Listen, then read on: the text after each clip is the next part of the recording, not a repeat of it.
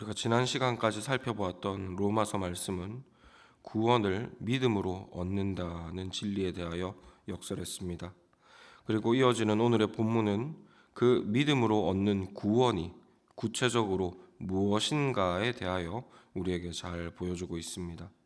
그리고 그 구원이 무엇인지를 오늘 본문 1절 말씀이 정확하게 우리에게 요약해주고 있습니다. 1절 말씀입니다. 그러므로 우리가 믿음으로 의롭다 하심을 받았으니 우리 주 예수 그리스도로 말미암아 하나님과 화평을 누리자. 말씀인즉 믿음으로 의롭다 하심을 받는 데에는 목적이 있다는 것입니다. 이신칭의의 목표가 있다는 것이죠. 그 목표가 바로 예수 그리스도로 말미암아 하나님과 화평을 누리는 것입니다. 즉 믿음으로 얻는 구원의 실체가 무엇인가 하면 하나님과의 화평을 누림입니다. 그리고 이어지는 말씀은 계속해서 이 하나님과의 화평을 누림이 그리스도의 구원 사역의 목적임을 강조하고 있습니다.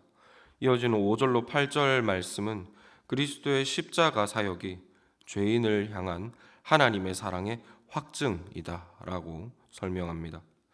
하나님의 아들께서 죄인을 위하여 십자가에 죽으심으로써 죄인들을 긍휼히 여기시는 하나님의 사랑이 확실하게 증명되었다는 의미입니다. 우리에게 아주 익숙한 말씀이죠. 그런데 여기에서 하나님의 사랑이 확증되어야 할 이유는 말씀드린 대로 구원이 곧 하나님과의 화평이기 때문입니다. 만일 구원이라고 하는 것이 어떤 기능적 혹은 현실적인 문제에 대한 해결이 끝이라면 사실 사랑은 별 의미가 없습니다. 사랑은 없어도 되니 그냥 그 문제만 해결해주면 된다, 이렇게 볼 수 있기 때문이죠. 그러나 성경이 말하는 구원은 하나님과의 화평 그 자체입니다. 그렇기 때문에 구원에 있어서 가장 중요한 요인은 죄인을 향한 하나님의 사랑일 수밖에 없습니다.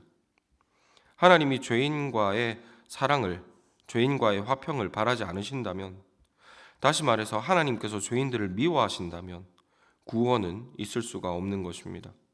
그러나 하나님은 택하신 죄인들을 사랑하시고 그 사랑을 그리스도의 십자가로서 증명하셨습니다.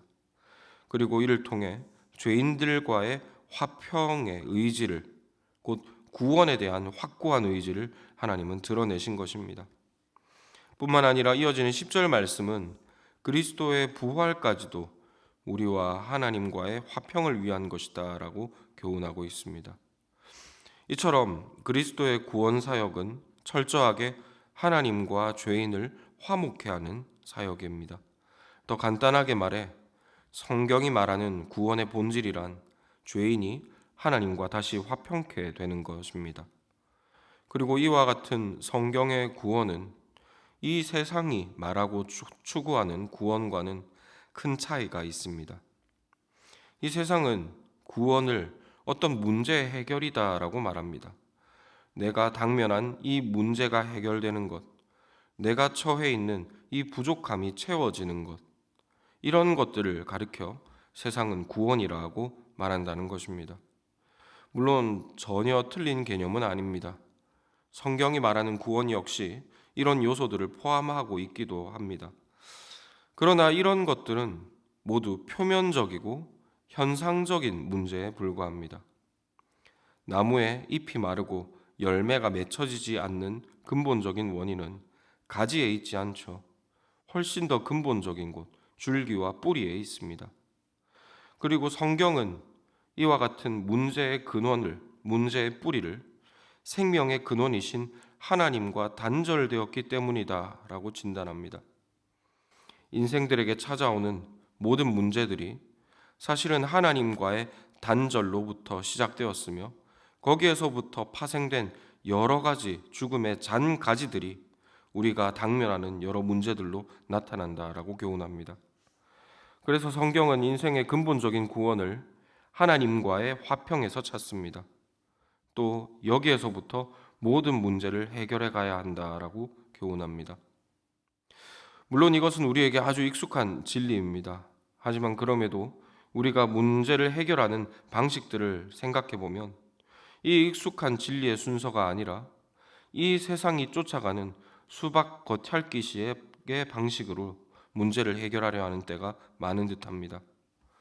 어떤 문제에 당면하게 될 때 이것이 하나님과의 관계에서 어떤 의미가 있는가에 대해 생각하기보다 빨리 문제의 표면적인 현상만 해결하고 넘어가려 한다는 것입니다.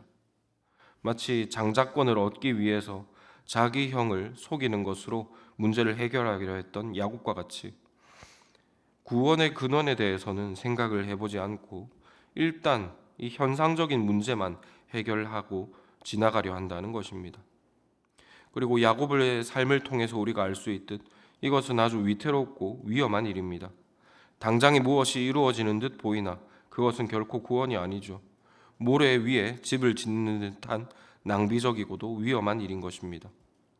그러므로 우리는 본문이 우리에게 교훈하는 이 구원의 정의를 따라서 하나님과의 화평 그 위에 우리의 삶을 세워가야 할 것입니다. 구원의 기초는 하나님과의 화평입니다. 오직 이 기초 위에서만이 우리의 크고 작은 현실적인 구원들이 의미 있게 열매를 맺어지게 됩니다. 그러므로 이 시간 우리가 말씀을 묵상하며 기도할 때 우리의 구원이 오직 하나님과의 화평 그 자체임을 기억하게 하여 주시고 그 화평 위에 우리의 삶을 잘 꾸려나가게 하여 주시기를 함께 기도하시기를 권합니다.